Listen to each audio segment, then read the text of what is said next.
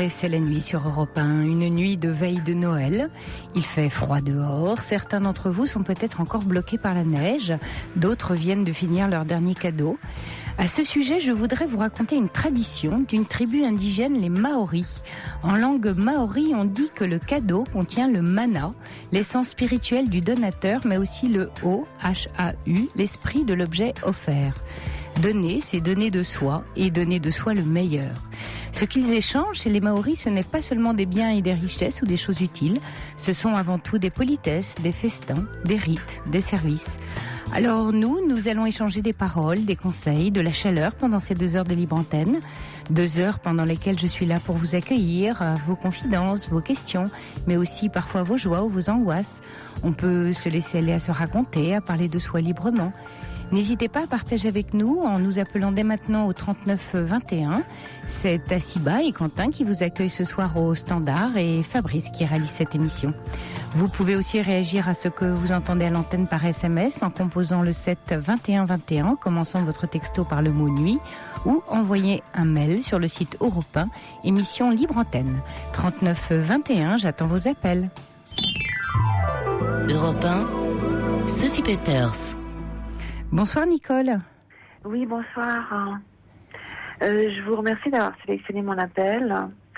Donc, je vous résume un petit peu la situation. Donc, j'ai 59 ans, je suis mariée depuis 39 ans. J'ai un mari qui est très, très casanier, qui n'aimait pas sortir. Et puis, je me suis inscrite dans un club de danse où j'ai rencontré un monsieur 10 ans plus jeune que moi. Et le coup de foudre a été assez rapide des 2 côtés. Seulement voilà, c'est une personne qui est extrêmement jalouse et qui aimerait toujours m'avoir sans arrêt à ses côtés. Seulement moi, j'ai 2 enfants, j'ai 4 petits-enfants, j'ai une maman. Donc je ne suis pas libre comme lui. Lui, il a également 2 enfants, il est divorcé. Mais bon, apparemment, ses enfants, il ne les voit jamais. Et j'ai lui ai expliqué au départ que je n'avais pas l'intention de toute façon de m'installer avec lui, que je voulais avoir une relation ferme, enfin bien, mais pas être installée chez lui. Et puis bon, ça s'est dégradé très rapidement parce que cette jalousie, première chose qu'il a fait, c'était d'appeler mon mari. Oula. Pour lui dire que j'avais une relation avec lui. Et pardon Nicole, vous êtes divorcée de votre mari là ? Non, je suis pas divorcée. Je suis en instance de divorce, mais et vous vivez encore dans la même maison ? Voilà, je vis dans la même maison que mon mari, chose qui n'arrange pas du tout la situation. Donc il a appelé mon mari. Ensuite, pour éviter, effectivement, essayer que je sois toujours près de lui, il me prenait mes clés de voiture, il m'a détruit mes téléphones, il m'a crevé mes roues. Ensuite, il est venu dégrader chez moi mon portail, mon portillon. Et dites-moi, Nicole, vous êtes toujours amoureuse de lui, avec tout ce qu'il vous a fait ? Ouais, voilà. Là, le problème. C'est que si je n'étais pas amoureuse de lui, je serais partie depuis bien longtemps. Ouais, c'est étrange. Et comment ça se passe avec votre mari ? Disons, ça se passait pas très bien au départ. Et puis, mon mari a connu une femme. Il est sorti avec elle pendant un certain temps. Et puis, une autre femme. Et puis ensuite, on a décidé d'avoir chacun notre vie, chacun de son côté. Mais vous avez essayé de retenter quelque chose. Ça fait 39 ans que vous étiez avec lui. C'est une longue histoire. Ouais, on a essayé l'année passée, justement à la période de Noël, mais si vous voulez, moi j'ai pas envie de le blesser quoi que ce soit, mais j'ai plus l'amour qu'il faut pour rester avec un homme.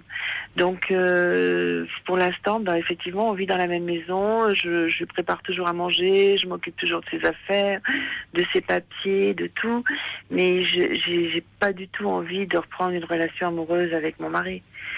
J'ai plus voilà. Et vous imaginez partager des choses avec cet homme qui vous fait tant de misère ? Avec l'autre, j'entends bien sûr. Ouais. Partager, là le problème justement, c'est que sachant comme il l'est, j'ai un peu peur maintenant. Ça se comprend. Et il y a pas longtemps, il y a 15 jours, Eh bien, j'ai dû faire, parce que je fais de la country à part la danse que je fais avec lui. On a allé faire une démonstration pour le Téléthon, et quand j'ai voulu récupérer ma voiture et aller le rejoindre dans une autre manifestation où il était, ben, mes 4 roues étaient crevées. Et c'est lui? Vous êtes sûr que c'est lui? Oui, bien sûr, je suis sûre que c'est lui. Oui, parce que... Mais vous en avez parlé avec lui de sa jalousie? Il la reconnaît? Bien sûr, il la reconnaît. Oui, il sait qu'il est jaloux, mais il va me dire que je ne suis jamais disponible, que quelquefois des choses imprévues arrivent, et que lui il n'aime pas l'imprévu. Si quelque chose est décidé un jour, eh bien il faut que ce soit comme ça. Mais si par exemple ma fille me dit écoute maman, est-ce que tu peux me garder les petits le soir où j'aurais dû sortir avec lui, je vais dire à ma fille oui. Et lui il ne comprend pas que je vais décaler d'un jour. Et donc c'est ça qui me gêne. Alors ce qui me gêne, c'est que je continue à être amoureuse de cette personne, parce que c'est vrai que je fais beaucoup de choses avec lui. Je fais de la montagne, je fais de la danse, je fais du ski, on sort beaucoup quand on est ensemble. Mais d'un autre côté, quand je vais chez lui, je ne sais jamais à quel moment je vais pouvoir repartir. Parce que j'ai essayé de lui faire comprendre que de toute façon, moi je voudrais que sa porte soit ouverte, mais pour rentrer et également pour sortir. Quand j'ai envie de rentrer chez moi, je rentre chez moi. Si j'ai envie de dormir un soir chez moi, je dors chez moi. Et lui, il croit que si je rentre chez moi, eh bien c'est parce que j'ai quelqu'un d'autre qui m'attend ou quoi que ce soit. Et j'ai beau lui expliquer que c'est pas ça, que j'ai plus l'âge de m'amuser, que je suis quelqu'un de fidèle, et il ne comprend pas. Il ne comprend pas. Oui, mais il comprend pas parce que c'est une maladie, la jalousie, Nicole. Le problème, c'est que la jalousie, là, au stade où il en est, elle est maladive, et pour vous, c'est un cauchemar, pour celui qui subit la jalousie. Oui, bien sûr. Et il faudrait qu'il se soigne, qu'il consulte quelqu'un. Vous pouvez pas inscrire une relation avec quelqu'un comme ça. C'est juste impossible. Parce que lui, il en a, d'accord, il a peut-être pas conscience du degré par lequel il est atteint, mais avec ce que vous me racontez, qu'il soit pas en mesure de comprendre que à votre âge, vous avez construit votre vie, vous avez une vie à vous, et qu'il puisse pas respecter ça, parce que quelque part, il ne vous respecte pas. Vous savez, en psychiatrie, c'est que la jalousie, c'est une forme de paranoïa, c'est-à-dire que en fait, il a jamais tort, il est persuadé que c'est vous qui avez tous les torts, que vous faites tout contre lui. Vous voyez, il se vit comme une victime de vous, et comme et comme quelqu'un en fait où tout ce que vous faites est tourné contre lui. Ça c'est un syndrome paranoïaque. Bon, et la jalousie emprunte beaucoup au syndrome de paranoïa. Donc pour vous, c'est soit il va finir par en souffrir lui-même, ce sera intenable, et puis il consultera. Mais qu'est-ce que vous voulez construire avec quelqu'un qui est parti là-dedans, que j'ai envie de dire qu'il y a cette pathologie? Là, vous pouvez pas. C'est pour ça que je vous parlais de votre ancien couple, parce que vous avez quand même passé 39 ans avec un homme, et si vous êtes resté 39 ans, c'est que ça s'est pas si mal passé. Là, vous partez à fond dans une nouvelle histoire, parce que quand c'est tout beau, tout neuf, c'est toujours sympa, et puis voilà, et puis ça fait battre le cœur. Mais reconsidérez la situation. Faites attention de ne pas prendre des décisions là en ce moment. Qui vont être galère pour vous, très lourde à porter. Oui, parce que ça fait quand même 2 ans et demi que je suis avec cette personne. C'est pas un truc de 2 mois. Ça fait 2 ans et demi que je m'efforce à lui faire comprendre certaines choses, et c'est vrai que vu que quand ça se passe mal chez lui, si sa jalousie fait que je me sens pas bien, le lendemain quand je m'en vais, j'ai tendance à plus l'appeler, à plus lui téléphoner, et puis il me dit puis à prendre d'autres engagements. Mais le problème, Nicole, vous pouvez pas le soigner, vous voyez. Le problème, parce que vous faites partie du système. Vous faites partie de sa maladie quelque part. Il a besoin de vous pour l'exercer, cette maladie. Donc vous ne pouvez pas agir sur lui. C'est impossible. Par contre, il va vous entraîner dedans, et puis vous finirez par en souffrir et en devenir très malheureuse. Il faudrait par contre, vous, peut-être vous interroger sur quelle est la nature de votre lien ou de votre sentiment envers lui. Parce qu'aimer quelqu'un qui vous fait du mal à ce point-là, puis qui vous étouffe quand même, parce que le jaloux, ça doit vous interroger sur qu'est-ce que vous cherchez dans la relation avec l'homme, qu'est-ce qui vous attire malgré tout chez lui, indépendamment de ça. Donc, et ce serait intéressant pour vous, du coup, de partir de cette situation pour vous questionner sur vous, sur ce que vous souhaitez vraiment. c'est vrai que j'y pense à ce que vous venez de me dire, mais ce qui reste, qui m'attire finalement, lui, c'est tout ce que je peux faire avec lui. Toutes ces choses que finalement j'ai pas fait avant avec mon mari. De danser, de sortir. De découvrir la montagne, voilà. Et c'est quelque chose qui effectivement me plaît beaucoup et on s'accorde si bien. C'est vrai, quand on est tous les deux ensemble, on s'accorde très très bien.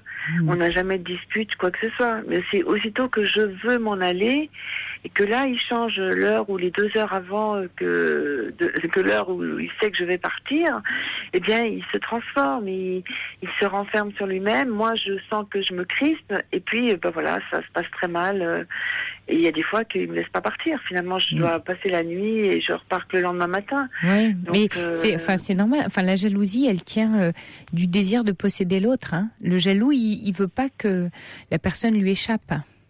Et en fait, derrière cette volonté, il cache en fait une dépendance affective. Il est ultra dépendant.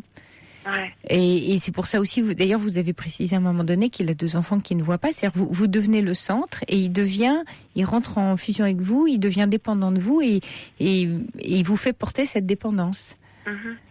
Oui, mais est-ce que vous pensez que si on fait une thérapie, quelque chose, ça peut éventuellement s'améliorer? Ah oui, je suis même sûre. Mais il faut que ce soit lui qui le veuille, parce que j'en ai parlé même il y a 2 jours. J'ai dit, écoute, moi je vais aller voir quelqu'un en début d'année, est-ce que tu veux venir avec moi?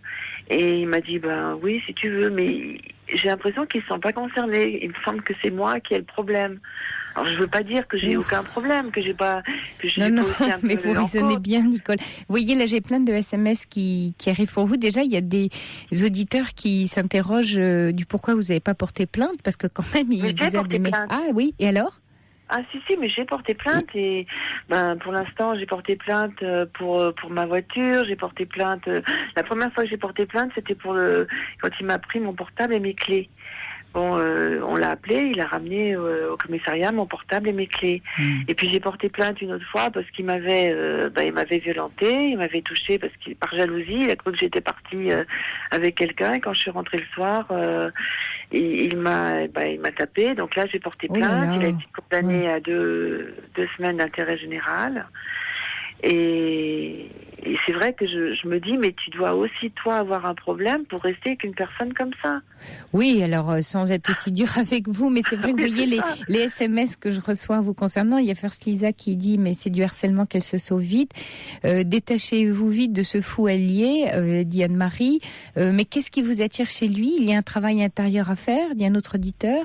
Il y a Monica qui dit, courage, fuyez Nicole, vous allez à la catastrophe. Les jaloux sont incapables de comprendre la liberté de l'autre. Et là, je suis bien d'accord avec Monica. Il y a Fred qui vous dit cette personne ne vous aime pas, il ne voit que lui-même en réalité, fuyez vite.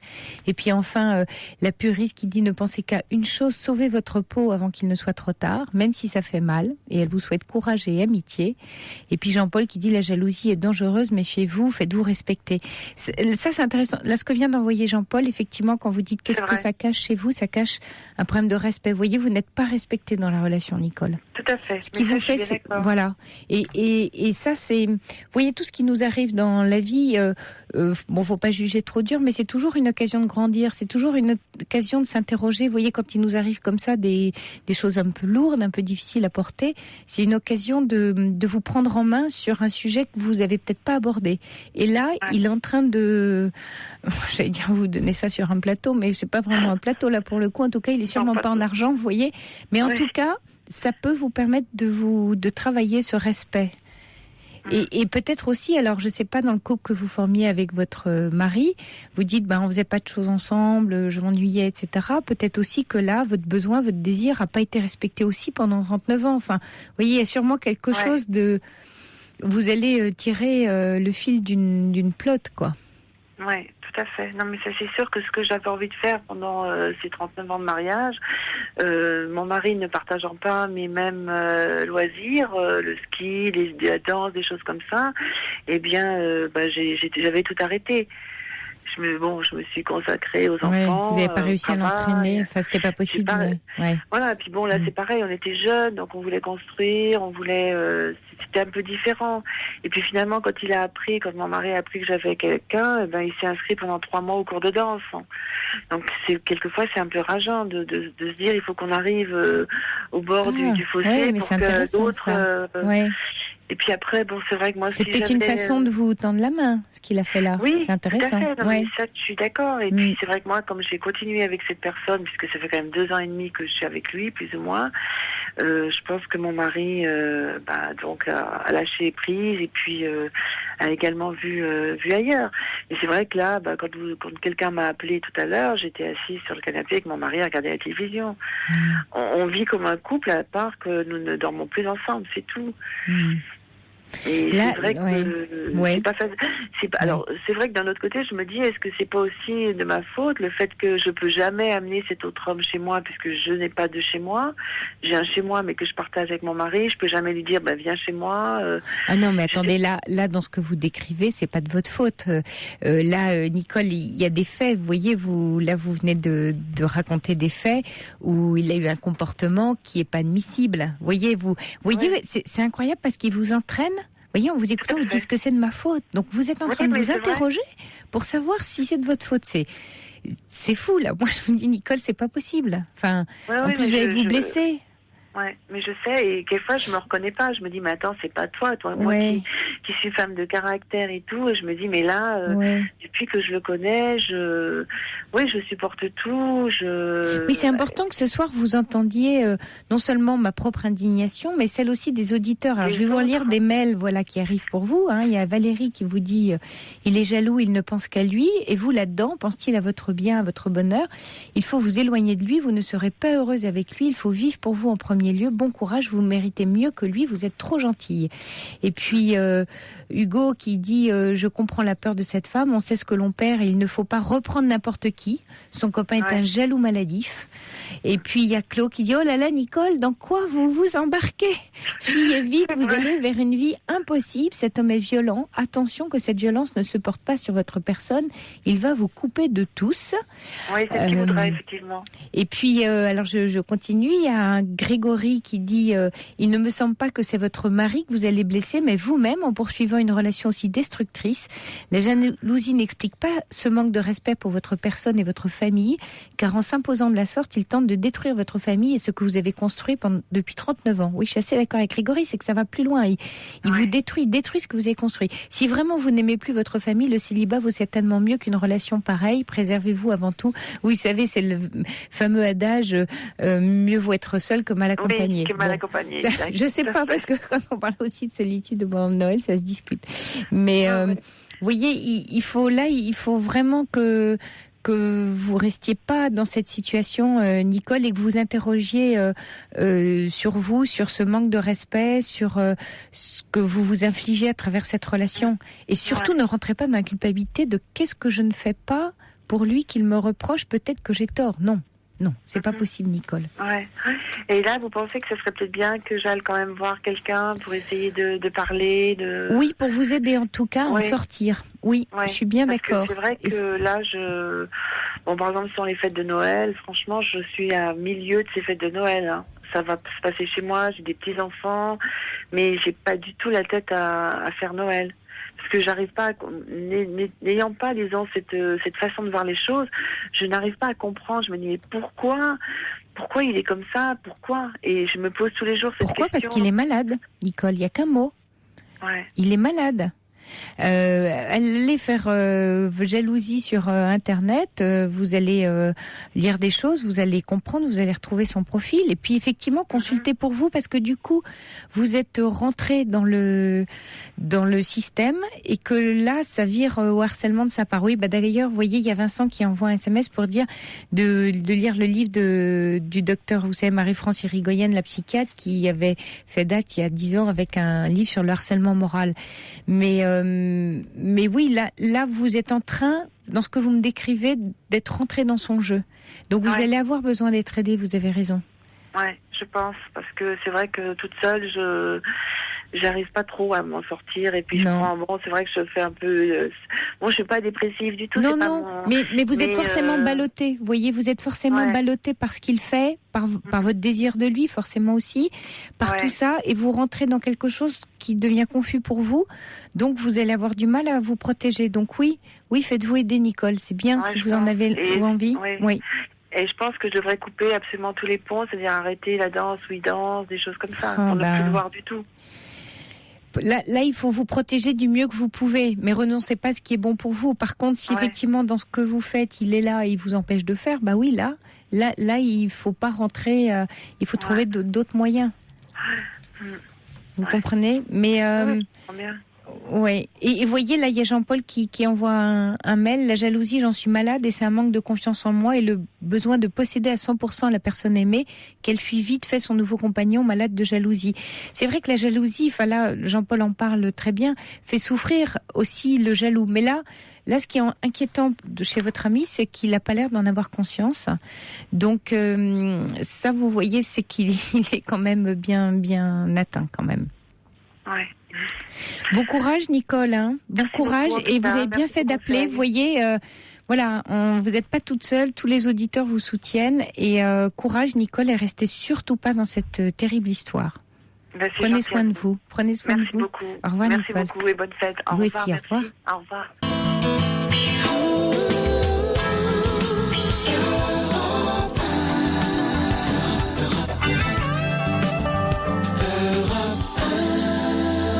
Et puis on accueille tout de suite Jeanne. Bonsoir Jeanne. Bonsoir Sophie. Vous m'entendez ? Oui, je vous entends très bien, Jeanne. Bonsoir Sophie, je vous remercie d'avoir choisi mon appel. Je suis un peu émue comme ça. Oui, c'est toujours un peu impressionnant de parler à la radio. Moi aussi, faites très vite, vous inquiétez pas. Bon, d'accord. Alors en fait, voilà, le problème que je rencontre, c'est que ma fille a 12 ans, donc une petite préado en fait, et elle n'arrive pas à se faire d'amis. Et très très régulièrement, elle est exclue. Et depuis plus d'1 an, elle me demandait un compte sur Facebook. Parce qu'elle n'arrêtait pas de dire oui, mais moi j'ai pas de copine, parce que tout le monde est sur Facebook et moi, comme je partage pas, en fait, j'arrive pas à rentrer dans le réseau, si vous voulez. Mm-hmm.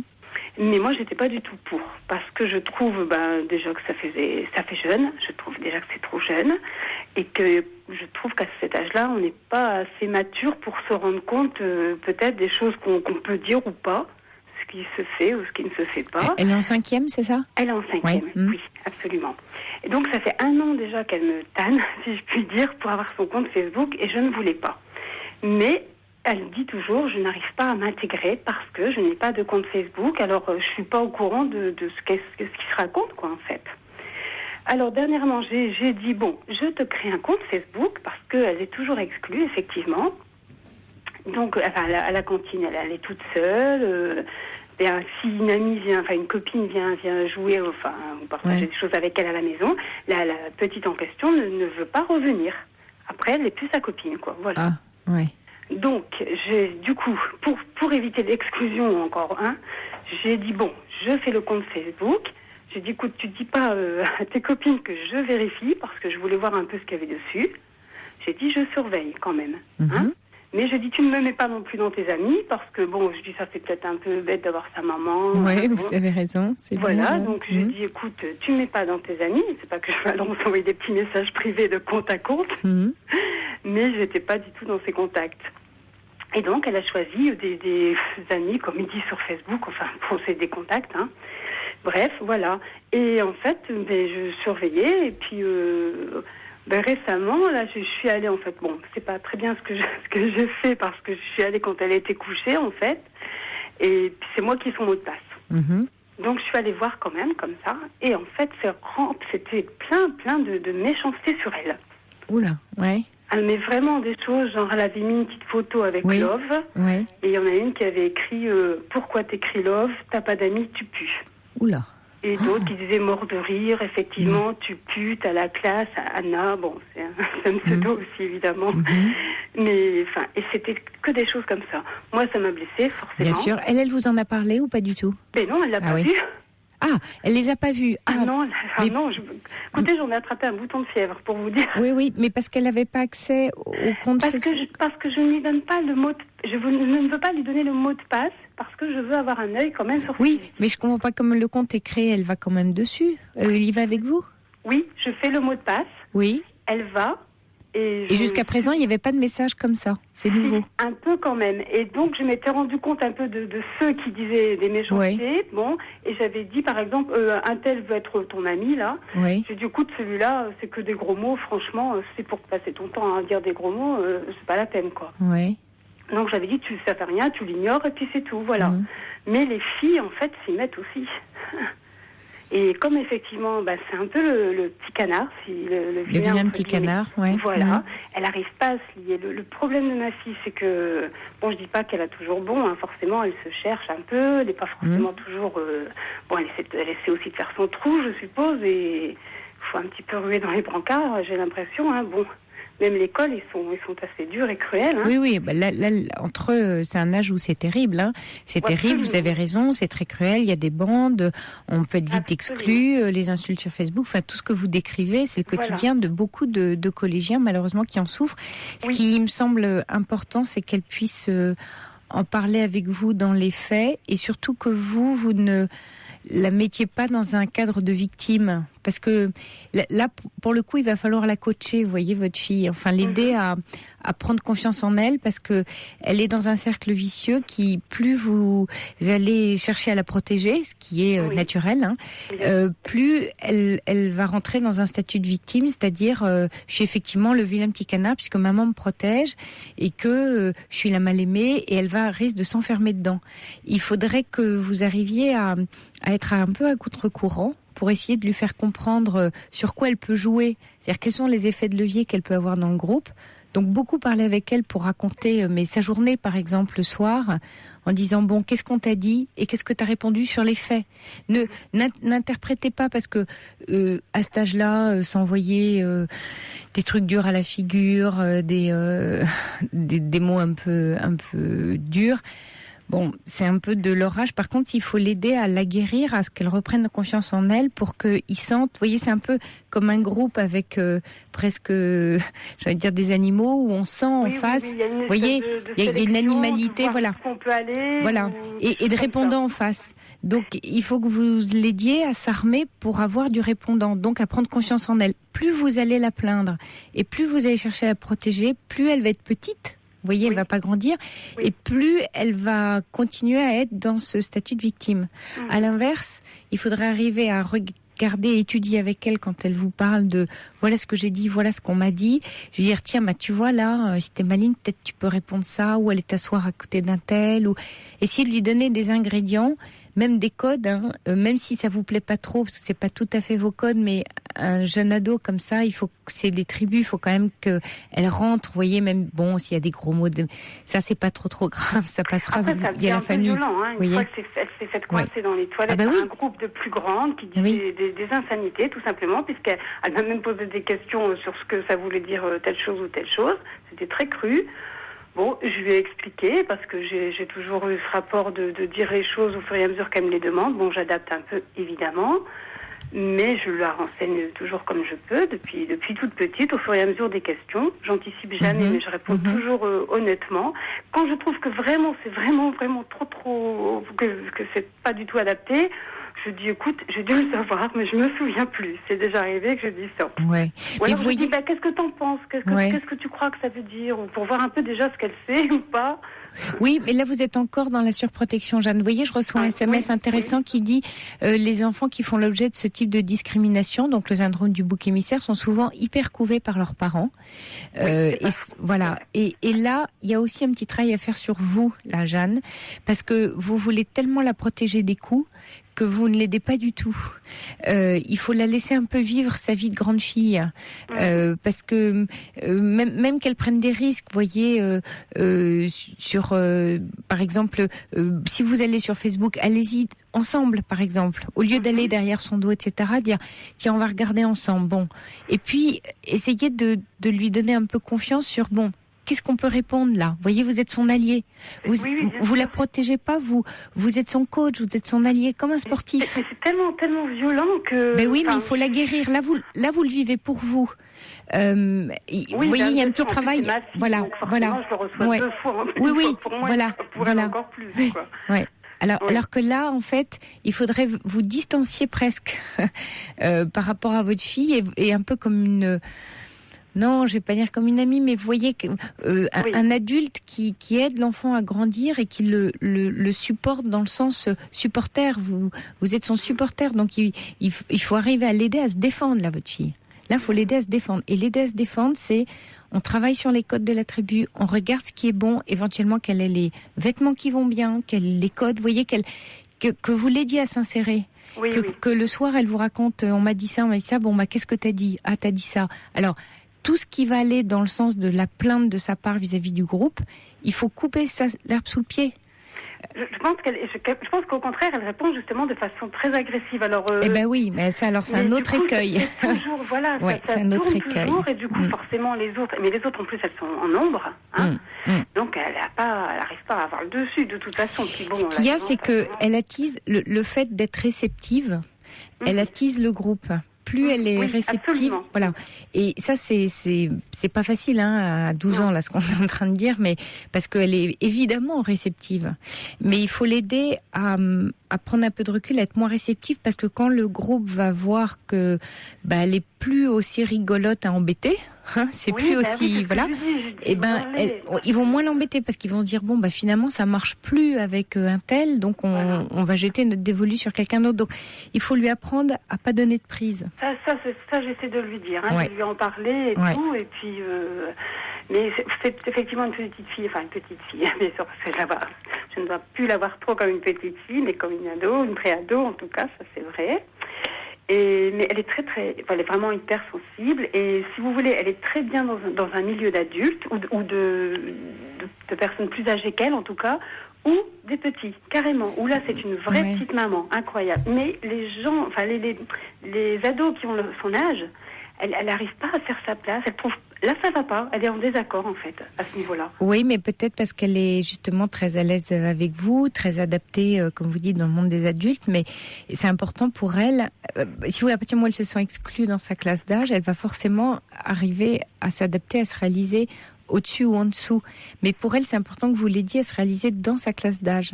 Et c'est à vous aussi de travailler un petit peu sur vous. Vous voyez, et First Lisa qui dit, elle doit lui apprendre à se faire respecter sans la couver. Vous voyez, donc les auditeurs réagissent. Oui, je comprends. Alors, et il y a Fred qui pose la question, effectivement, et le papa dans tout ça, que fait-il? Mais le papa, il fait comme moi. Il essaie justement de lui dire, écoute, tu t'en fiches. Moi, je lui dis, la différence. On lui dit ça, en fait. On dit, la différence, c'est bien aussi. On n'est pas tous pareils. Non, c'est vrai. Donc, même moi, des fois, elle me dit, pourquoi tu mets pas ça? La mode, c'est ça. Mais je dis, oui, mais moi, si tout le monde est habillé en violet, par exemple, je dis, on voit pas les gens. Moi, si je suis habillée en rouge, on va voir que moi, au contraire. Non, mais sur le principe, Jeanne, vous avez raison, sauf que 12 ans et la classe de 5e, c'est un âge... Ils ont des codes. Oui, et puis c'est un âge où on a besoin d'être comme le troupeau, c'est un instinct grégaire, parce que c'est comme ça qu'on se construit. On se construit dans un sentiment d'appartenance à la tribu. Et ça, c'est très adolescent, et c'est important qu'elle en passe par là.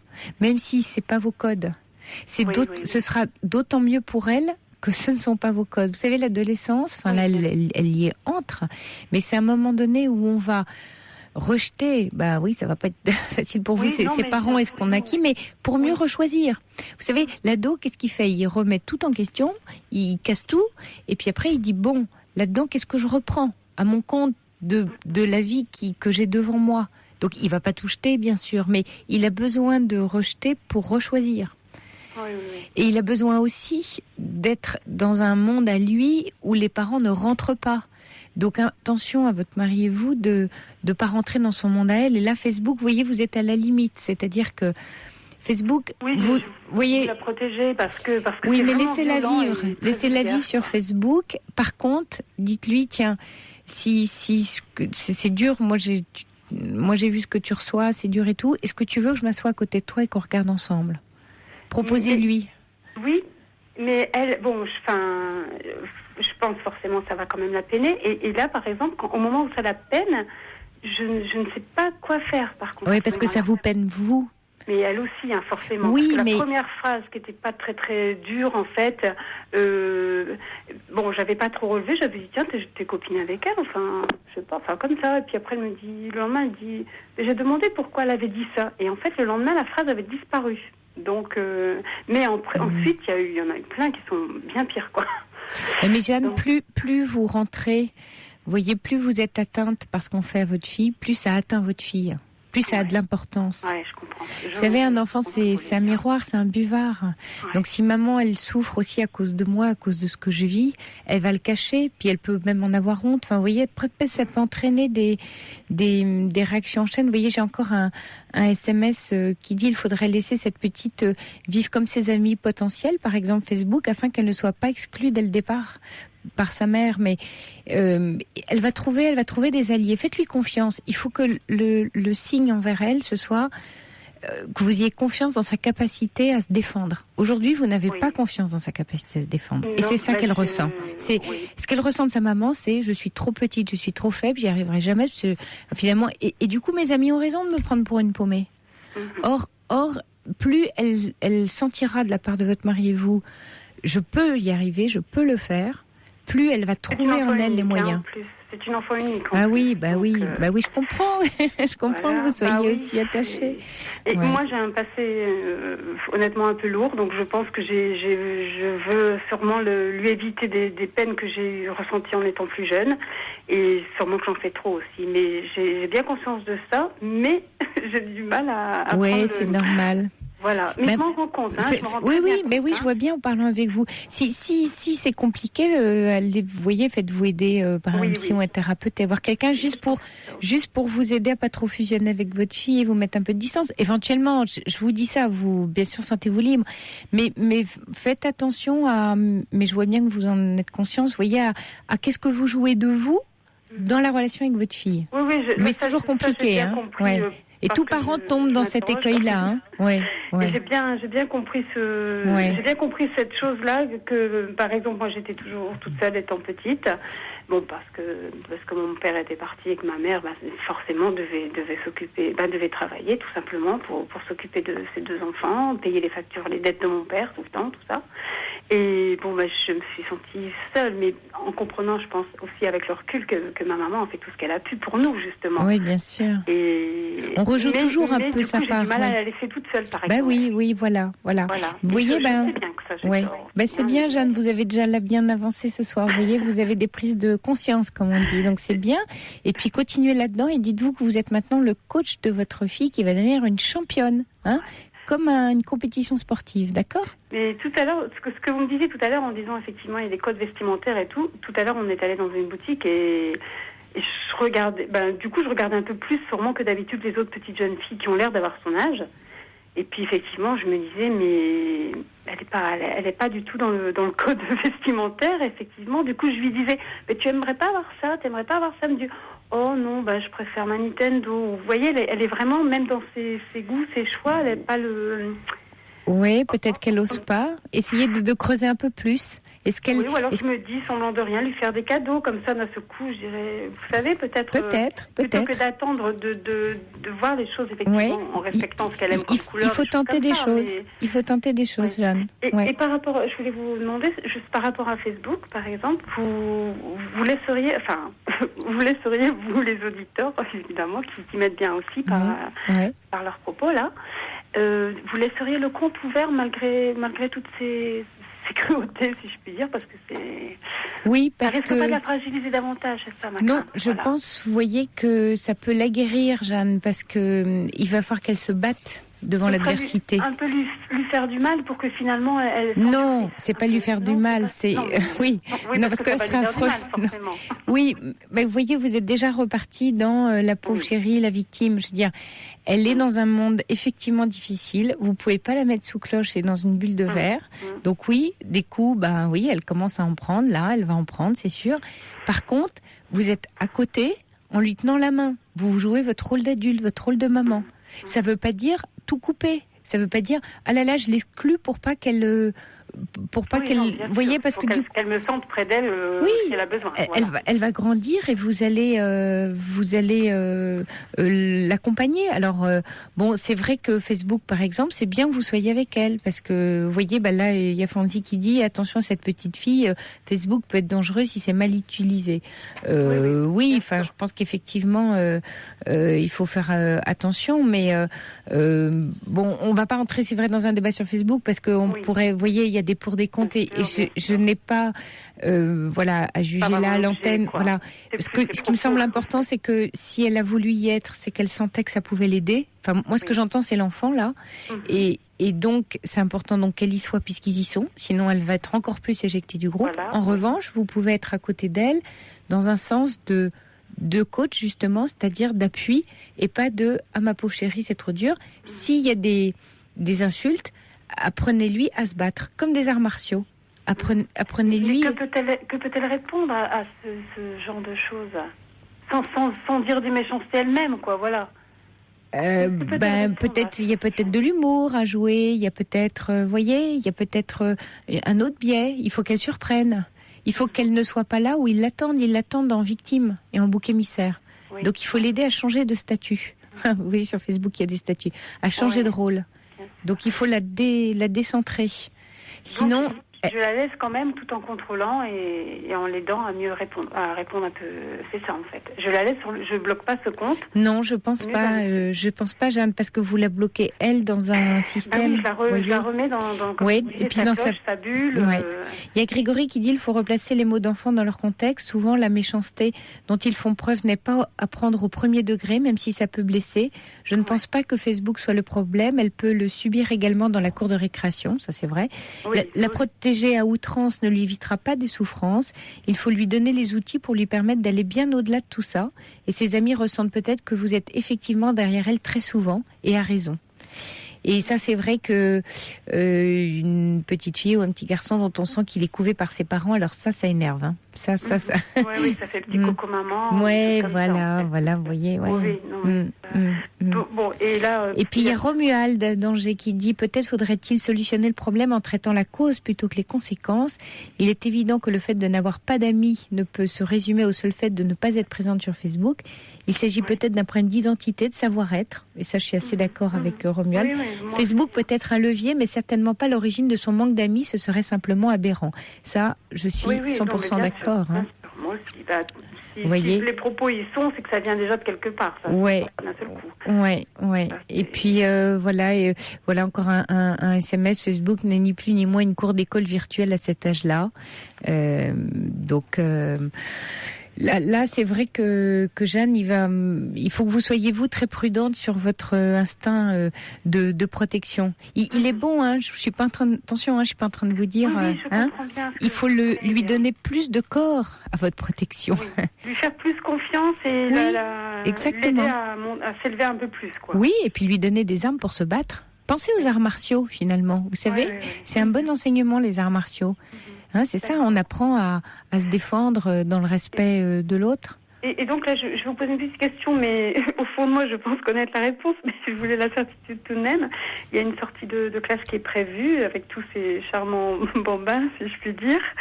Et effectivement, en lisant tout ça, moi, mon réflexe aurait été de dire non, surtout pas, mais je vous disais, franchement, elle veut y aller, donc je la laisse aller. Moi, je me dis, si je la laisse pas aller, je la cloisonne encore une fois. Exactement. Là, vraiment, Jeanne, faites confiance à votre fille. Là, c'est Fred, vous voyez, qui vous le dit. C'est ça qui lui donnera de la force. Effectivement, là, il y a qu'un mot à retenir. Là, ce soir, Jeanne, c'est vraiment faites-lui confiance. Laissez-la voler. Laissez-la voler. Elle va tout le temps tomber du nid, sinon. Mais en discutant avec vous et avec vos auditeurs là qui m'aident bien également, je prends encore plus conscience qu'effectivement j'ai dû malheureusement mettre beaucoup de mes peurs sur elle par rapport à mon passé et j'ai dû la surprotéger effectivement. Oui, mais l'idée c'est pas que vous culpabilisiez là, hein, Jeanne. Attention, repartez pas dans l'autre sens. Non, mais c'est bien d'en prendre conscience, je pense, pour justement changer un peu de voie, quoi. Oui, exactement. Et puis, du coup, il va falloir aussi faire un petit travail sur vous pour vous aguerrir, vous redonner de la force à vous, parce que c'est quand vous aurez de la force que vous pourrez en donner à votre fille. Oui, absolument. Donc voilà. Je pense aller consulter de toute façon aussi, même pour ça aussi, pour savoir comment mieux réagir par rapport aux situations et comment moi je peux changer de mon comportement par rapport à certaines situations. Voilà, pour l'aider justement. Oui, exactement. Et ça va vous aider aussi, ça va vous renforcer votre confiance en vous et dans votre fille. Vous voyez, ça va jouer sur les deux leviers. Je vous souhaite un bon Noël, Jeanne, avec votre fille. Merci beaucoup à vous aussi. Bonne fête de fin d'année à tous vos auditeurs aussi. Oui, bonne fête de fin d'année. Qui m'ont accueilli à Europe 1 aussi. Plein de bonnes choses. Voilà, Siva et Fabrice. Merci à vous, Jeanne. Allez, bonne soirée, bon Noël, au revoir. Sophie Peters sur Europe 1.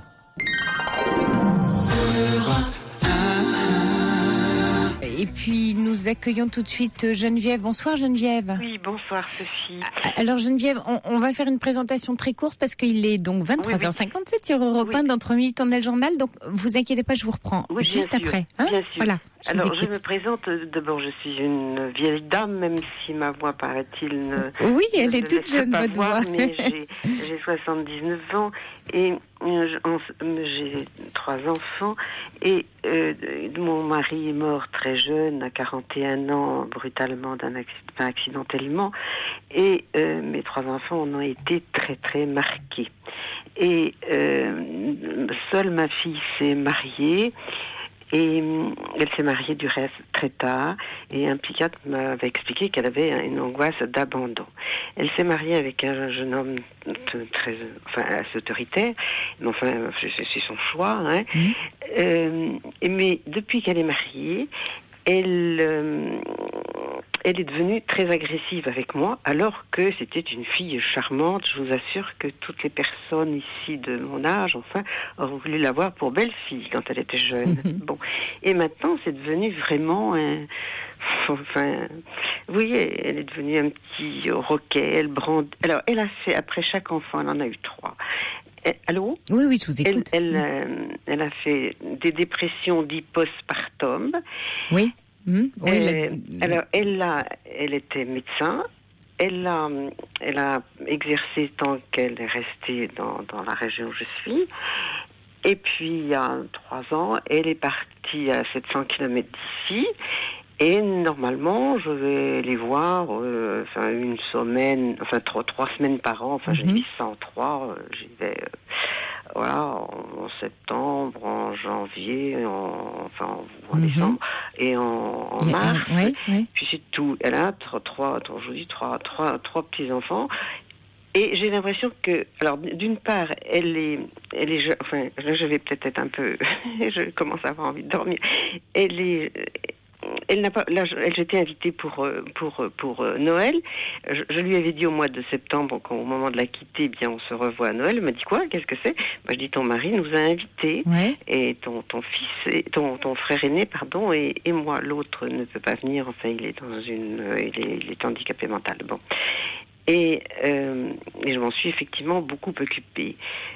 Donc, si vous voulez, j'ai été veuve très jeune, et avec 3 enfants, j'avais une belle situation, heureusement. Mais il a fallu élever les 3 enfants, dont un qui était handicapé. Oui, Geneviève, je suis vraiment désolée, Geneviève. Il est 23h59, on arrive au Cavie-Crillon.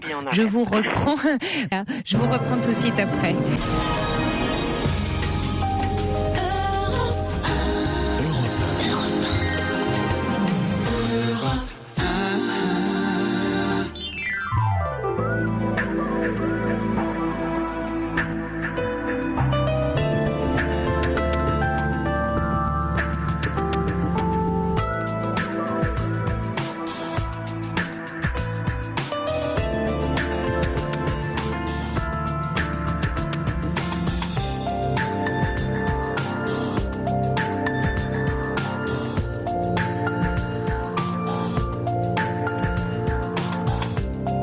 Voilà, il est minuit 8 sur Europe 1. Nous sommes ensemble encore pendant 1 heure.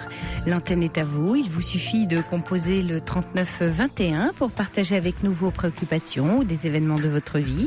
Vous pouvez aussi échanger avec nous et avec les auditeurs par SMS au 7 21 21 en commençant par le mot nuit ou nous adresser un mail sur le site d'Europe 1.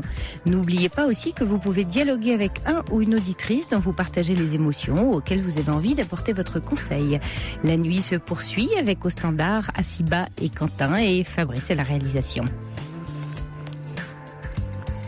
Et on reprend tout de suite Geneviève. Oui, vous êtes là, Geneviève? Oui, voilà, on vous a fait un peu attendre, désolée. Oui, alors, voilà. Donc ma fille a fait 3 dépressions dites postpartum après chaque naissance. Oui. Et ensuite elle est devenue très boulimique. Peu après, elle a déménagé, donc elle est partie à 700 km d'ici. Et normal. Et alors, si vous voulez, je lui téléphone une fois par semaine, pas plus, une fois tous les 15 jours. Bon, ça va, très bien, enfin, elle est charmante. Mais quand je vais la voir, elle a une attitude d'évitement, de fuite. Elle ne veut pas que... Vous avez essayé d'en parler avec elle, Geneviève? Mais non, justement, par exemple au mois de septembre, ça a été horrible parce qu'elle était dans sa cuisine, moi j'étais dans la salle à manger, je jouais du piano pour son mari, etc. Et un moment, je lui ai dit, mais comment ça se fait que tu ne viens pas avec nous? Je suis avec ton mari et les enfants, viens. Elle était toute seule dans la cuisine. Je lui ai dit, mais elle me dit, je suis tranquille, je sais pas pourquoi les mots croisés ou sudoku, je ne sais quoi. Bon. Voilà. Et alors, ce qui m'inquiète, si vous voulez, c'est que, enfin, j'en ai parlé bien sûr à des psychiatres qui déjà il y a de nombreuses années avaient fait un diagnostic de ce qu'on appelait alors la maladie maniaco-dépressive pour une nièce de mon mari que j'avais pris en amitié et qui venait chez nous. C'était la filleule de mon mari. Et donc, je lui en ai reparlé.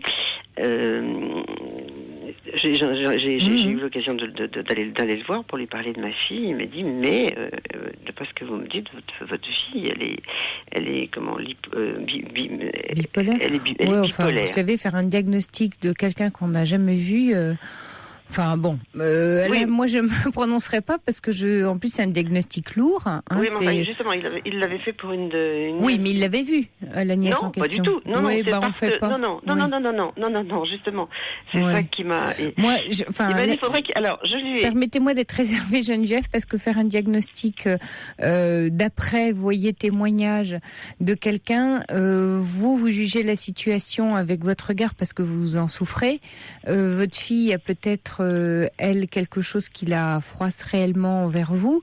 Il faudrait arriver à trouver quoi dans votre relation. Vous voyez, parce justement, c'est ce que je n'arrive pas à trouver parce que au moins. Mais peut-être lui parler avec authenticité. Enfin, peut-être lui dire, rejoins-nous. Il vient dans le groupe. Allez la voir en tête à tête en lui disant, en s'ouvrant elle, en disant, je sens bien. Oui, mais enfin, quand vous voyez, lui dire, voilà, est-ce qu'on pourrait prendre un peu de temps pour se voir toutes les deux? Moi, je m'excuse de vous interrompre, mais au mois de février. Elle m'a déversé tout ce qu'elle avait sur le cœur. Ah, donc elle vous a dit ce qui en fait, pas. Elle était, elle était jalouse parce que je me suis beaucoup occupée de son plus jeune frère, évidemment, qui avait beaucoup besoin de moi. Et puis son frère aîné a été très très violent. Et enfin, il était très violent quand il était jeune, quand il était adolescent. Il a passé une mauvaise passe. Et c'est vrai que ma fille a fait 3 semaines d'hôpital à cause de lui. Hein. Bon. Ah oui, quand même. Mais enfin, là, en ce moment, il l'a rejointe pour les fêtes de Noël, et moi, je suis ici parce que j'ai eu l'ordre de ne partir que le 23 décembre, et je lui ai dit, je ne peux pas faire 700 km, train de banlieue, TGV, train TER, etc. Je ne peux pas faire un voyage pareil, uniquement pour 3 jours. Je suis quand même assez fragile. J'ai des crises d'épilepsie, enfin puis d'autres choses. J'en ai fait une du reste il y a pas longtemps, il y a une quinzaine de jours, et j'ai enchaîné ensuite par autre chose. Bon, donc si vous voulez, je lui ai dit, écoute, je suis pas bien, je ne viens pas, ou alors faudrait que je vienne plus longtemps pour avoir le temps de me reposer.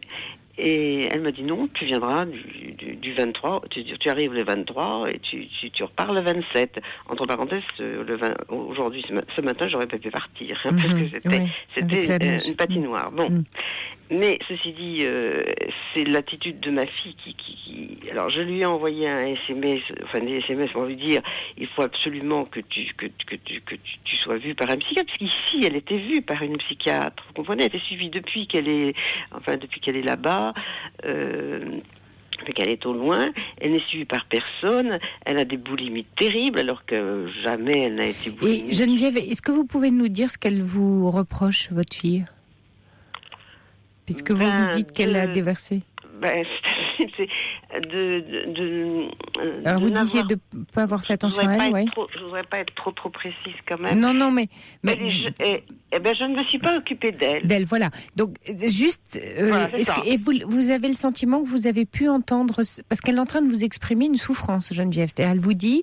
Voilà, j'ai eu besoin d'une maman comme ci, comme ça, et t'étais pas celle que je voulais, grosso modo. Oui, mais quand elle était jeune fille, elle était plutôt fusionnelle avec moi. Oui, mais elle est en train de vous faire une crise d'amour, là, visiblement, Geneviève. C'est-à-dire qu'on peut être fusionnel. Ouais. Ben oui, mais on peut être fusionnel et puis basculer dans de la colère ou du rejet. Voilà, ça veut pas dire qu'on n'aime plus, mais ça veut dire qu'on a aimé tellement qu'à un moment donné, il y a quelque chose de lourd ou de trop lourd qui explose en autre chose. Qui explose en autre chose. Et là, pour le coup, c'est du rejet, de la colère, de la haine. C'est-à-dire que elle vous aime tellement qu'elle en est arrivée à vous rejeter parce qu'elle devait souffrir dans ce lien trop fusionnel avec vous. Oui. Donc là, vous êtes plus grande qu'elle, entre guillemets, plus mature peut-être pour saisir ce qu'elle est en train de vous dire. Effectivement, c'est pas agréable pour vous, mais c'est presque une ado, là, telle qu'elle se comporte avec vous. Parce que ce que vous dites correspond tout à fait enfin, il y a quelques années, j'ai eu un très grave accident de voiture, j'ai eu une crise d'épilepsie au volant, tout simplement, donc je suis allée me cracher sur le bas-côté de l'autoroute à 140 à l'heure, je crois. Bon, 130, je sais plus. Et donc, bon, je m'en suis remise, je me suis recollée, etc. Bon, ça a duré 3 mois. Pendant l'été de la canicule, c'était pas très agréable d'avoir la moitié du corps dans un... Bon, j'ai fait 3 ou 4 établissements hospitaliers. Elle ne m'a jamais téléphoné. Oui. C'est son mari qui parfois venait m'apporter une valise de vêtements. Heureusement qu'il y avait une de mes belles-sœurs. Est-ce qu'elle a paniqué de vous perdre ? Vous voyez, attendez, justement, je voulais aller jusqu'au bout là. Oui. Et par contre, quand ensuite, donc je suis revenue chez moi, et quand on m'a retiré la minerve, vous savez ce que c'est qu'un cancer avec une minerve, hein, parce que j'avais l'axis fracturé, et les gens m'ont dit, mais votre fille était dans un état épouvantable. Elle a eu peur pour vous. Alors moi, j'avais l'impression qu'elle s'en fichait complètement. Ben oui, vous voyez, c'est ce que je pensais, Geneviève, quand vous racontiez votre histoire. C'est qu'elle a un tel état de panique de vous perdre, elle était incapable de venir vous voir. Donc elle est dans une relation très complexe avec vous, dans une grande détresse, visiblement, qui s'exprime comme elle peut. Et il faut que vous arriviez à la comprendre et à l'entendre. Et si vous la jugez à l'aune de « elle fait ceci, elle fait pas cela », là il faut que vous preniez...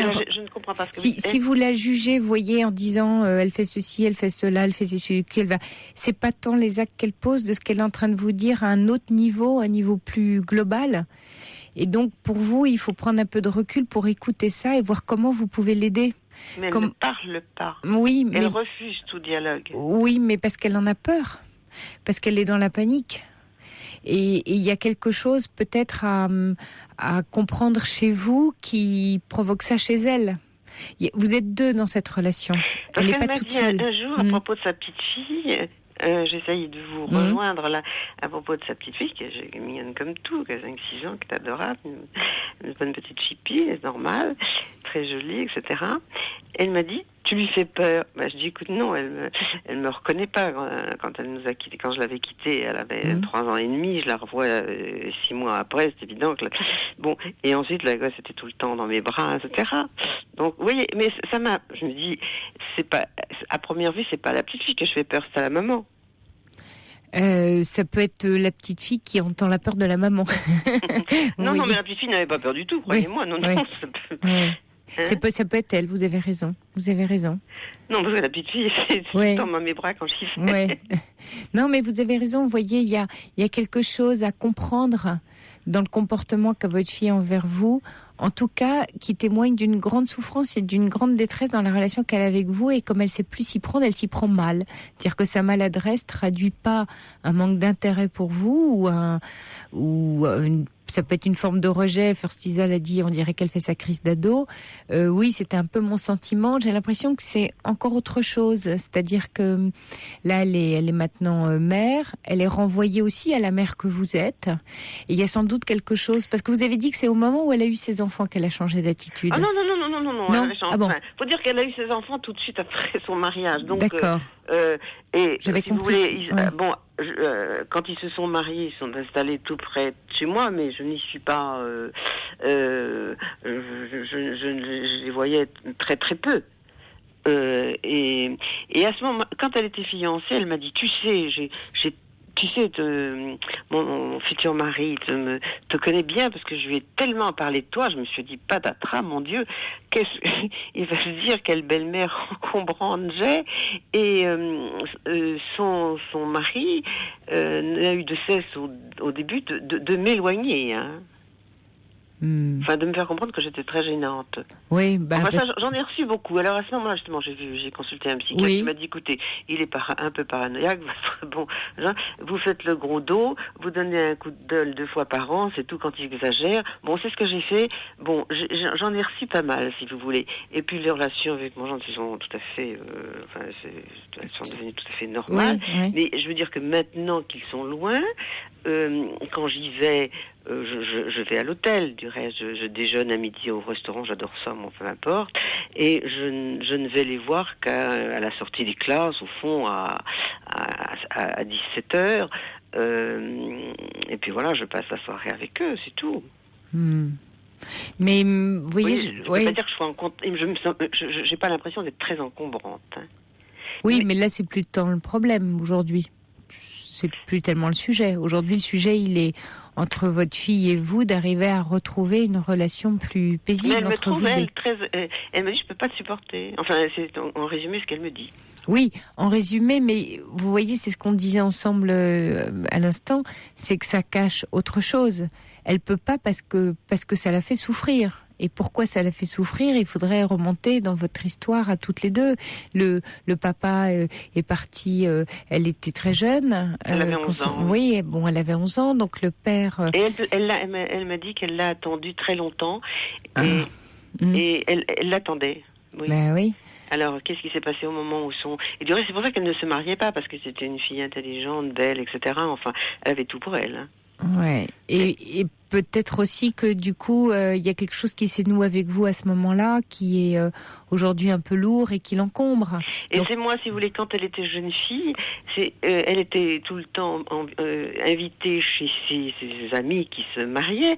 Et comme c'est une fille extrêmement sérieuse et droite, ses amis l'invitaient parce que au moins ses amis étaient sûrs que ma fille ne leur volerait pas leur mari. Vous comprenez ce que je veux dire? Et c'est moi qui lui dis, écoute, bon, c'est gentil d'aller chez tes amis, de faire du babysitting, etc. Enfin, de t'occuper de leurs enfants, mais il faut que tu t'occupes aussi de toi. Tu as des tas d'activités, mais il faudrait aussi que tu t'occupes de toi. Rester à tricoter chez toi dans ton appartement, c'est bien, mais enfin, c'est pas ça qui te permettra de trouver un mari.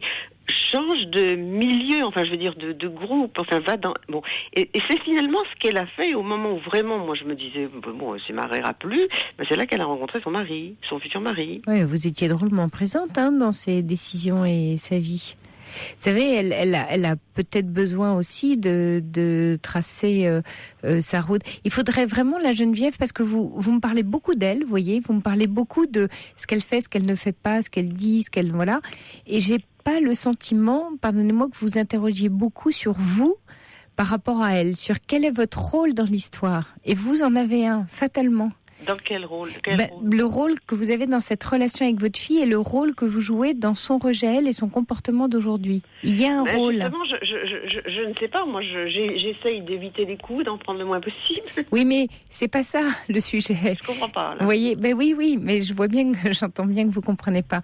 Le sujet, c'est qu'elle est en train d'exprimer quelque chose que vous n'entendez pas. Depuis 11 ans. Hein. Voilà. Alors, il serait bon de faire un petit travail là avec vous-même. Moi, je vais vous dire quelque chose. J'ai l'impression, quand je vais chez eux, de voir Cendrillon chez Barbe Bleue. Ouh, dites donc. Oui. C'est dur la façon dont vous voyez votre fille. Eh bien, c'est bien... Vous ne croyez pas Oui, mais elle n'a pas ouvert la porte encore. Elle n'a pas ouvert la porte. Elle n'a pas ouvert la porte à qui? Je connaissais bien Barbe Bleue quand même. Oui. Elle n'a pas ouvert la porte, défendue. Elle est vraiment sous la domination de son mari. Hein. Oui, mais vous jugez, Geneviève, vous la jugez beaucoup. Écoutez, moi je le vois parce que c'est... Oui, mais faites-lui un peu confiance, là. Laissez-la vivre, faire ses choix de femme. Elle a choisi cette homme-là, elle a 3 enfants. Je ne lui donne aucun... Vous savez, je ne... quand je vais... jamais je ne lui donne le moindre conseil, croyez-moi. Oui. Moi, quand je vais chez elle, je pensais pouvoir parler avec elle. J'ai pas le droit de sortir, de l'emmener toute seule au restaurant. J'ai pas le droit. J'ai à peine le droit de voir ses enfants. C'est tout juste. Vous me disiez, vous vous contredisez. Vous me disiez tout à l'heure que vous aviez de bonnes relations avec votre gendre. Oui, dans la mesure où je fais ce qu'il me dit.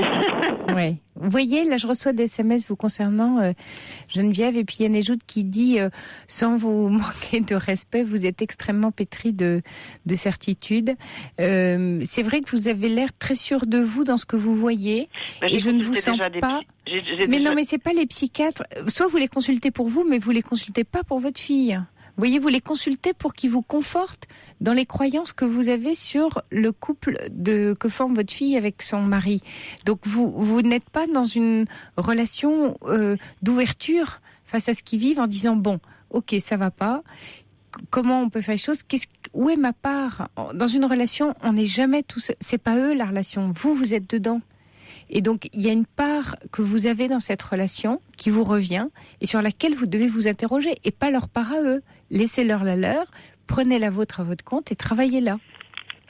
Vous comprenez? Je veux dire, il faut pas aller voir des psychiatres pour qu'ils jugent comment si votre fille est saine ou pas, ou votre gendre. Non, c'est pas ça, mais je suis allée voir un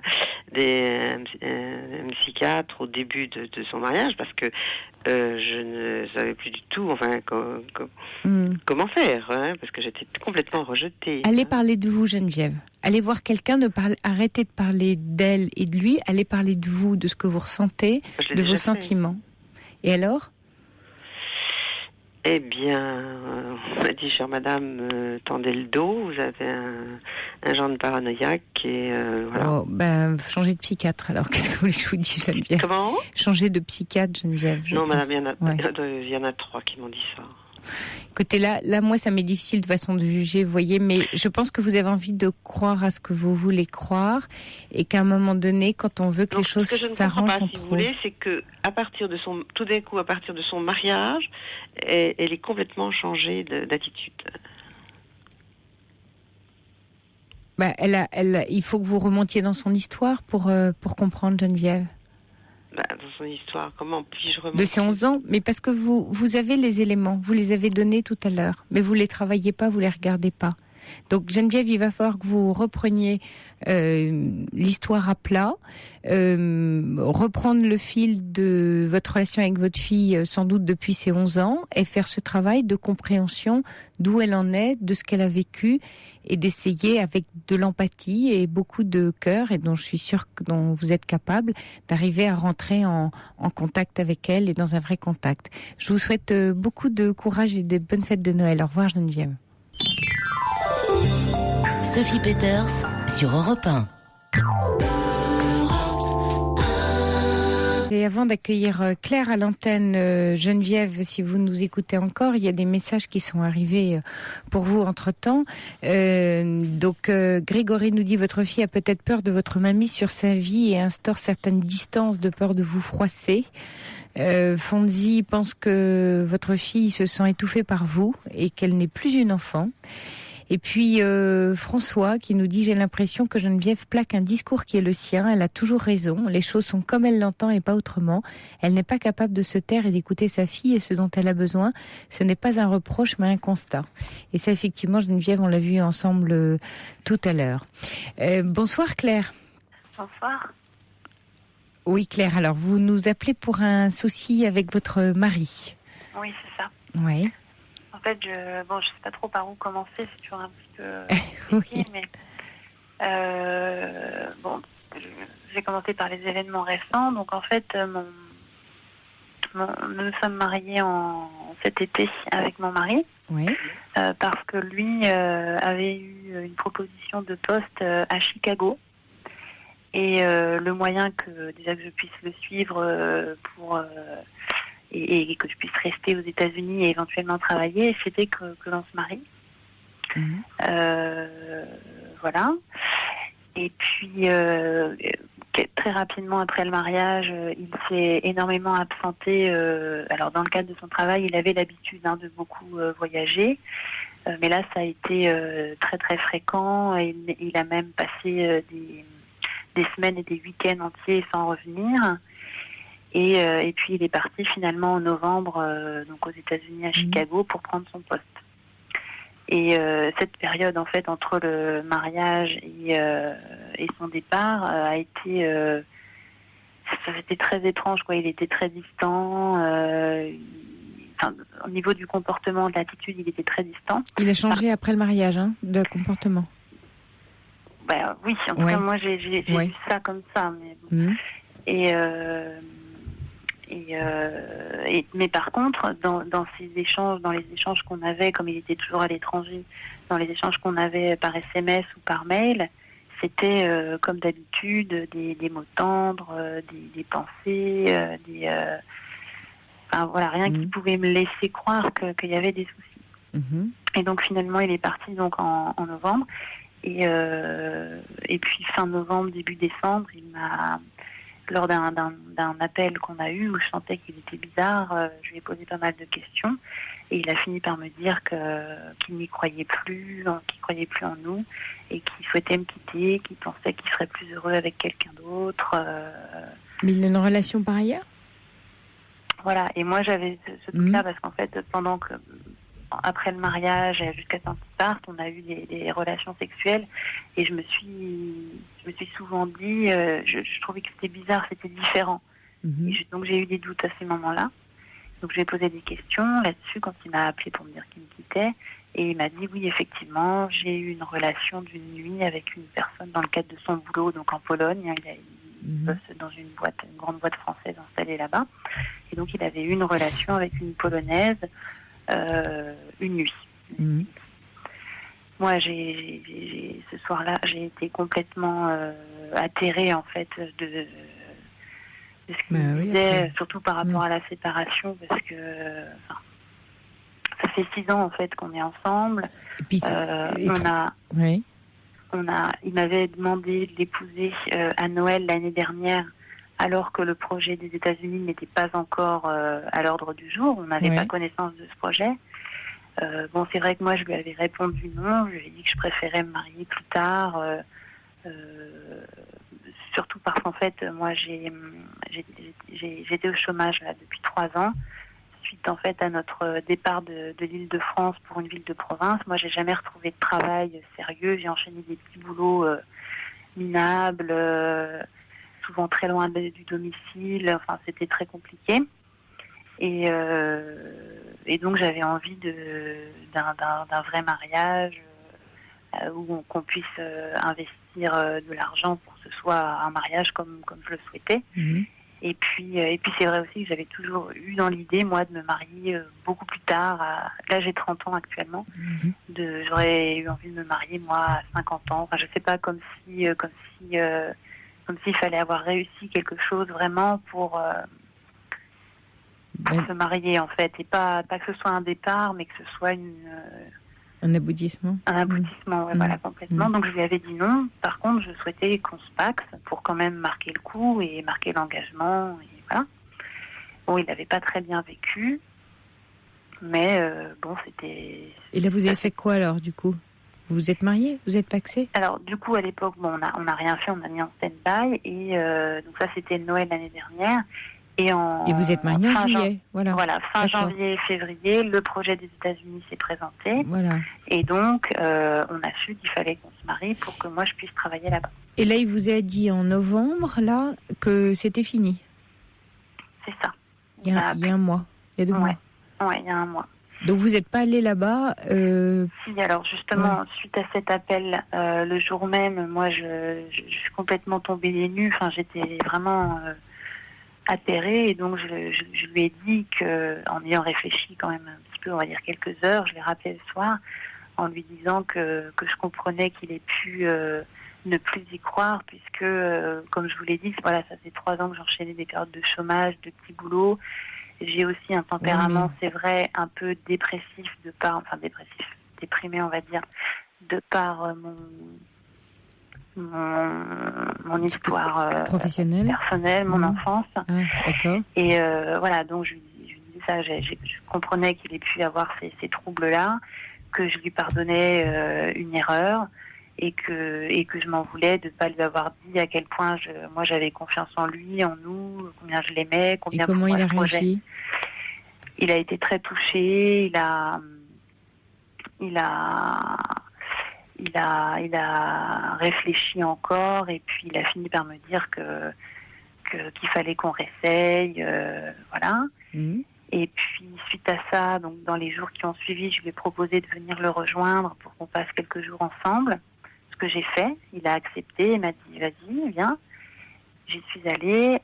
Au départ, les relations étaient un petit peu tendues, c'est vrai, c'était un petit peu compliqué quand même après tout ça de reprendre comme si de rien n'était, mais au fil des jours, ça s'est beaucoup amélioré, c'était plutôt cool, mais par contre, au bout de 3-4 jours, j'ai rediscuté quand même avec lui de cette aventure qu'il avait eue avec cette personne dans son boulot, pour savoir ce qu'elle avait signifié réellement, si ça avait été un coup de foudre, si ça avait été juste une envie charnelle, on va dire, s'il avait eu des projets avec cette personne, depuis quand, voilà.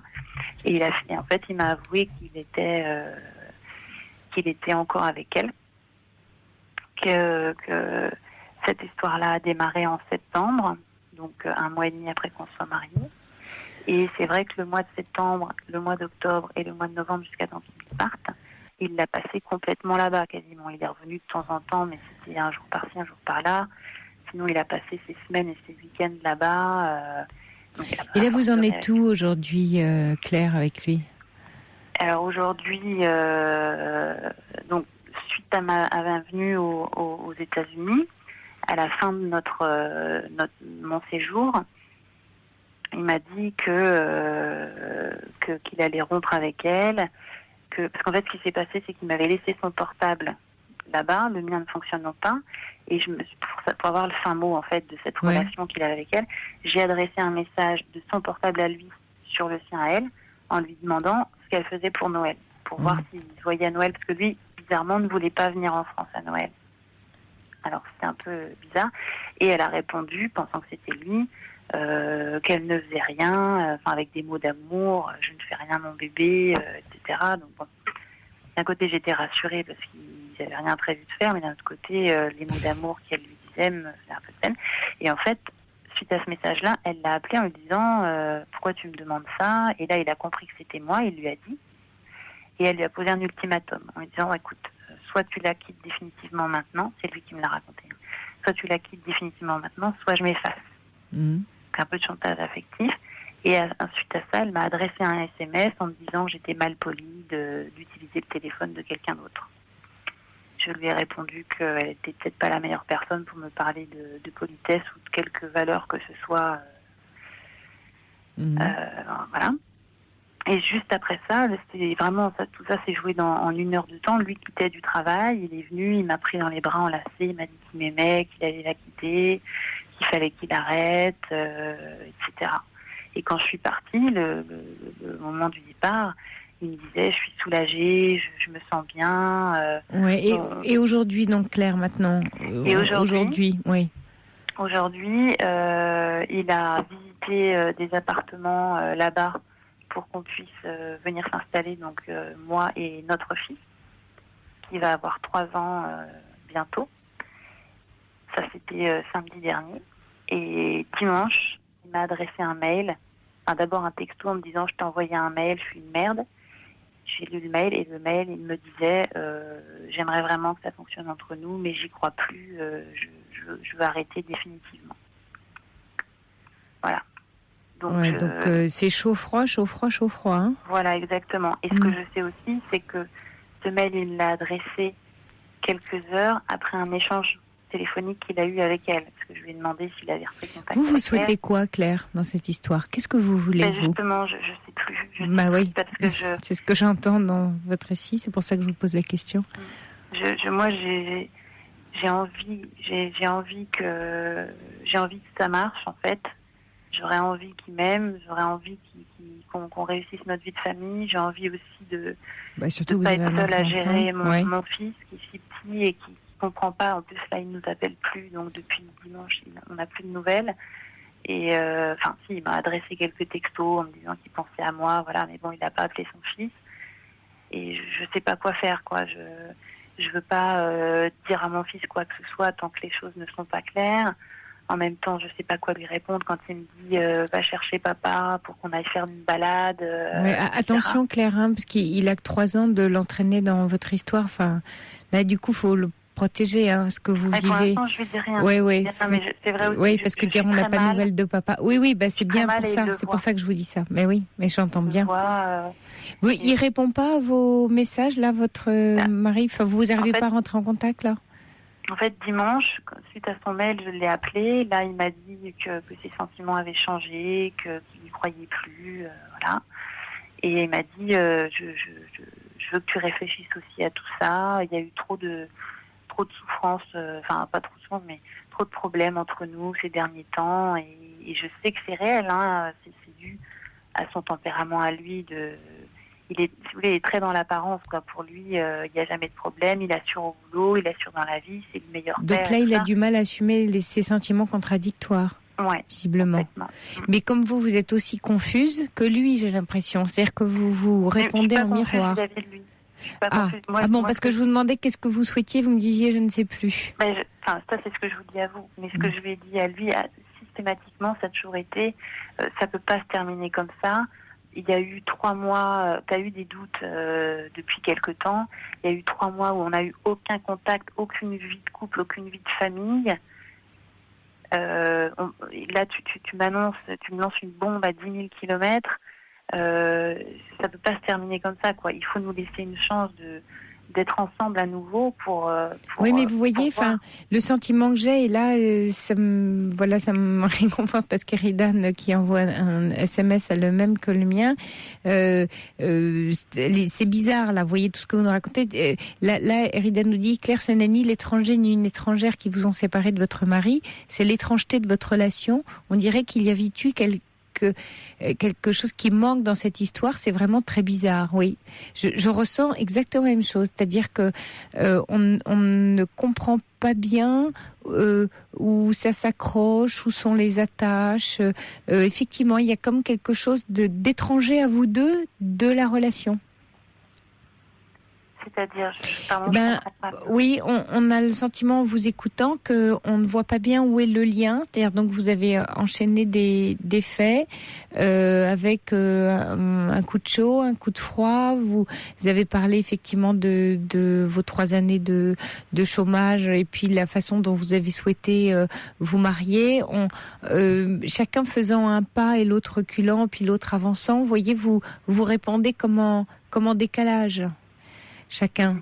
Après, avec cette histoire, tant pis. Puis aujourd'hui, vous n'arrivez plus à communiquer. Alors en plus, il est loin, donc ça complique énormément la relation. Vous n'avez pas finalement de vraies discussions sur quel est notre projet de vie, qu'est-ce qu'on a envie de faire ensemble, qu'est-ce qu'on souhaite, quel est notre désir de construire.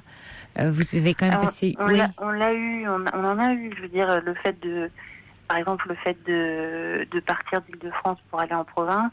Le projet, c'était de partir d'Île-de-France, voilà, tout simplement. C'était un projet commun. Lui ayant la chance de pouvoir avoir une meilleure situation que moi, c'est lui qui a trouvé un emploi en premier. Donc, on est allé là-bas en se disant, voilà, on va se faire une place dans une ville plus facile à vivre que celle qu'on connaissait en Île-de-France, plus accueillante, plus simple pour notre enfant aussi qui venait de naître. Et le fait est que pour moi, ça a été l'horreur dans le sens où j'ai pas retrouvé de travail. Oui, j'ai mal vécu, j'ai été agressive sur certains points, j'ai été en demande énormément. C'est du fait aussi, je pense, de mon histoire personnelle où mon père a été pas vraiment occupé de moi et il est pas venu me chercher à la maternité, par exemple. Vous vous faites aider, Claire ? Vous voyez... J'ai consulté des gens plusieurs fois par intermittence dans des moments d'urgence, en fait. Mais j'ai jamais consulté sur le long terme. Là, ce serait bien, Claire, parce que je vous sens très, très confuse et très perdue. Je vous sens très perdue dans votre désir, dans ce que vous souhaitez, dans tout ce que vous me racontez, où les choses se mélangent. Vous voyez, il y a Skinner qui dit « Laissez-vous un peu de temps pour faire le point dans votre tête. Ça lui permettra aussi de prendre du recul. » Vous avez vécu beaucoup de choses en peu de temps tous les deux, c'est vrai. Et puis Sergio qui nous dit « Loin des yeux, loin du cœur, peu évidente les amours à distance. » Oui, c'est sûr, mais vous aviez un projet commun à l'étranger qui tout d'un coup est tué dans l'œuf. Vous voyez, les choses sont allées très très vite là. Donc bien sûr, on comprend aisément que vous soyez perdu, mais vous m'avez dit aussi que voilà, vous aviez une enfance pas évidente. Il y a peut-être beaucoup de choses à réparer là dans votre cœur. Et cette histoire que vous nous racontez est triste, votre histoire de couple là. Mais il faut prendre du temps pour vous réparer là, Claire, parce que vous tournez en rond sur des faits, des petites choses. Peut-être qu'effectivement le temps peut vous aider, peut jouer en votre faveur. En tout cas, ce serait bien que vous entrepreniez un travail sur vous, je pense là. Et voyez, il y a Grégory qui vous dit, voilà, cet homme semble complètement perdu dans ses sentiments. Et je ne doute pas de sa sincérité à votre égard, mais vous avez l'air tous les deux perdus. C'est ça qui est impressionnant. Mais il doit être compliqué d'être à votre place. Vos projets s'effondrent un à un et vous prenez finalement la place de la maîtresse. Jusqu'où irez-vous pour le récupérer? En restant dans une position d'attente, cet homme sait très bien qu'il peut se permettre ces écarts. Si vous étiez plus ferme, sans doute qu'il considérerait la situation une fois pour toutes. Possible, mais là, c'est très difficile pour vous d'y voir clair, parce que les éléments sont confus également. Il y a non seulement ce que vous ressentez, puis il y a les faits qui s'en mêlent, et puis la distance. Il y a beaucoup d'éléments là à trier. Donc Claire, ce serait bien que vous envisagiez voilà, vous êtes toute jeune, ça va vous aider de consulter quelqu'un, de remettre les choses à plat et de voir quelle route vous avez envie de tracer maintenant, avec ou sans lui. Je pense aussi. Oui, mais c'est ça, c'est que moi j'ai pas envie que ce soit sans lui. Et ben justement, essayez de mettre les bons éléments. Là, pour l'instant, il répond pas. Il y a peut-être besoin d'une distance. C'est pas parce que vous avez pas un contact quotidien par SMS ou par mail. Lui, il a l'air perdu, donc il faut peut-être lui laisser du temps, vous prendre un peu de recul, puis après peut-être éventuellement lui écrire ou lui parler en disant voilà mon désir, voilà ce que je souhaite. Est-ce que tu crois que c'est possible? Essayer de repasser un contrat de lien avec lui. On sent plus le lien, vous voyez. Mais j'ai l'impression que si je rentre dans ce qu'il attend en fait, c'est-à-dire le silence et la distance. Enfin, à mon sens, le silence et la distance, ça n'a jamais résolu les choses, quoi. Enfin, ça peut être ponctuel, mais si je lâche totalement maintenant. D'une part, j'en ai pas envie. Non, mais il est peut-être en fuite, lui aussi. Vous voyez, il est en fuite. Il a toujours été en fuite. Oui, mais là, ça se sent qu'il est en fuite. Donc, qu'est-ce qu'il fuit? Confrontez-le. Qu'est-ce qu'il fuit? C'est peut-être pas vous qui fuit, c'est peut-être autre chose. Mais en tout cas, vous êtes l'élément qu'il fuit. Là, il y a un travail à entreprendre à la fois de votre côté et ce travail-là vous permettra de reprendre le dialogue avec lui sur des bonnes bases et peut-être de l'entraîner. Vous voyez, là, vous avez un enfant ensemble, c'est important ça. Bah oui, c'est bien ça le problème. Bah oui, je comprends bien, Claire. Je vous souhaite beaucoup de courage, Claire, et un bon Noël. Et je vous souhaite de vous trouver, de vous retrouver peut-être aussi avec lui. Hein? Ok. Bon Noël, Claire. Merci de nous avoir appelés. Au revoir.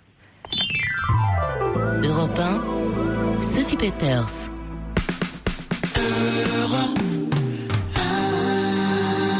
Et puis on va accueillir Valentin. Bonsoir Valentin. Oui, bonsoir. Voilà Valentin, alors on est un peu en fin d'émission, je suis désolée, on n'aura pas beaucoup de temps ensemble, donc je vous préviens tout de suite, c'est toujours très désagréable, voilà. Oui, voilà, donc on va essayer, je vais essayer de vous répondre dans les meilleurs délais, on va dire, comme vous savez, comme dans les institutions. Voilà. Bon, en tout cas, merci, même si c'est un peu concis de prendre mon appel. Non, simplement, je ne sais pas comment réagir et je ne sais pas qu'est-ce qu'il faut que je fasse puisque j'ai découvert, comme j'expliquais à votre collaboratrice il y a quelques jours, j'ai découvert dans les historiques de conversation de mon ordinateur que ma petite amie allait depuis plusieurs semaines, depuis 2 mois, sur un site communautaire, on va dire, sur un chat coquin, quoi. Voilà. Et qu'elle envoyait des photos de son anatomie, dirons-nous, assez intime, voilà, et que elle en recevait aussi d'autres hommes, hein, bien sûr, voilà, et qu'elle faisait des, entre guillemets, scénarios avec eux, enfin bref. Voilà. Et pourtant, ça va bien entre vous, hein, c'est ce que vous disiez. Pourtant, vous, moi, de votre côté, ça va. C'est-à-dire que oui, tout me semble satisfaisant sur tous les plans, hein, mais bon, donc. Voilà, donc je trouve ça très étrange. Enfin, c'est l'impression de trahison. Ah bah pour vous, c'est terrible. C'est terrible de découvrir ça. Voilà. Alors, voilà, je pense être assez ouvert. Je pense être ouvert au dialogue. Je pense, voilà. Donc, voilà, je sais pas du tout ce qui se passe. Je comprends pas. Je tombe des nues et j'ai l'impression, si vous voulez, de découvrir que je suis avec quelqu'un d'autre que celle avec qui je pensais être. Oui, ça doit être terrible pour vous. Mais moi, je pense qu'il faut lui en parler, Valentin. Il faut lui en parler, pas en plus qu'on vous en parlait de façon, voilà, quand même apaisée. Vous voyez, sans reproche. J'ai eu 3 jours pour y réfléchir. Oui. Hein. Et vous sentez quoi? Oui. 3 jours, hein. Et vous ressentez quoi là? Vous penchez plutôt avec l'envie de lui en parler ou comment vous vous sentez vous par rapport à ça? Oui, bien sûr. Non, mais moi je souhaite lui en parler parce que ça me bouffe et ça me ronge. Mais voilà. Mais je veux pas la heurter et moi je sais très bien que si on vient en parler à mettre les pieds dans le plat, j'aurais beaucoup de mal à digérer ce genre de choses parce que je sais pas, je pense être quelqu'un quand même d'assez droit et je pense qu'on n'a pas le droit. Voilà. La question c'est comment lui en parler, hein. C'est comment lui en parler sans je vais vous donner. Voilà. Alors, je vais vous donner un petit truc, on va dire, qu'on appelle, vous savez, c'est de la communication non violente. La communication non violente, ça repose sur le principe qu'on parle de soi sans parler de l'autre. Il faut que vous l'abordiez en lui parlant de vous, puisque vous êtes tombé donc dessus par hasard. Hein. Vous avez pas violé. Vous avez cherché, vous avez fait une recherche? Non, c'est hasard. Oui, je sais pas pourquoi, il y avait quelque chose qui me titillait un peu. Mais c'était dans votre ordinateur. Mais c'était bien caché, hein. Oui, mais en fait, elle y va depuis son téléphone. Donc, il n'y a rien dans l'ordinateur. Il y avait juste un historique avec son code d'accès et son inscription à ce fameux site, quoi. Ce qu'il y a, c'est que maintenant qu'effectivement, vous le savez, de toute façon, je crois qu'il faut crever l'abcès. La meilleure façon de le faire, c'est effectivement ce dont je vous parlais. Alors, le principe donc de communication non violente. Vous irez voir, vous faites sur Internet communication non violente, parce que vous trouverez effectivement des éléments pour vous aider. Mais le principe en 2 mots, c'est vous parler de vous en disant je et pas tu déjà. Donc c'est pas tu as fait ça, tu m'as trompé, tu m'as trahi ou tu as voilà. C'est moi, voilà ce que j'ai découvert, voilà ce que j'ai ressenti, ce que vous me dites là, je me sens trahi, je me sens mal avec ça, je le sais depuis plusieurs jours et j'ai peur. Je me demande comment t'aborder. ça me brise quelque chose dans notre relation.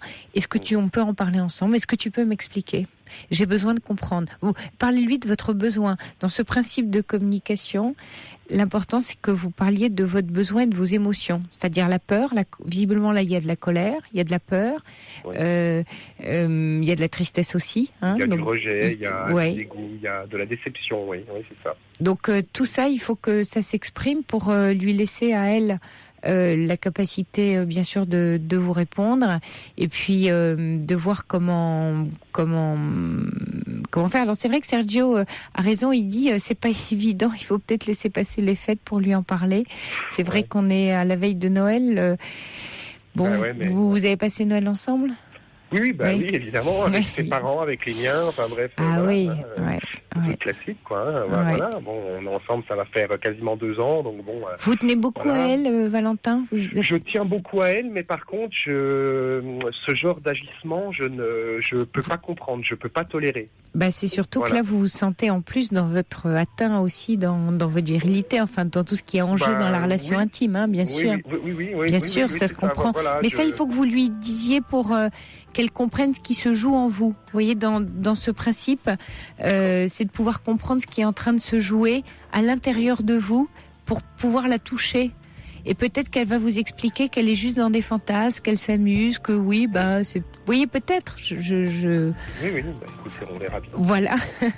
En tout cas, mais je vous souhaite beaucoup de courage, Valentin, parce que c'est un sujet pas facile à aborder pour vous et très, très blessant. C'est juste. Bon Noël, Valentin. Merci. Allez, bon courage.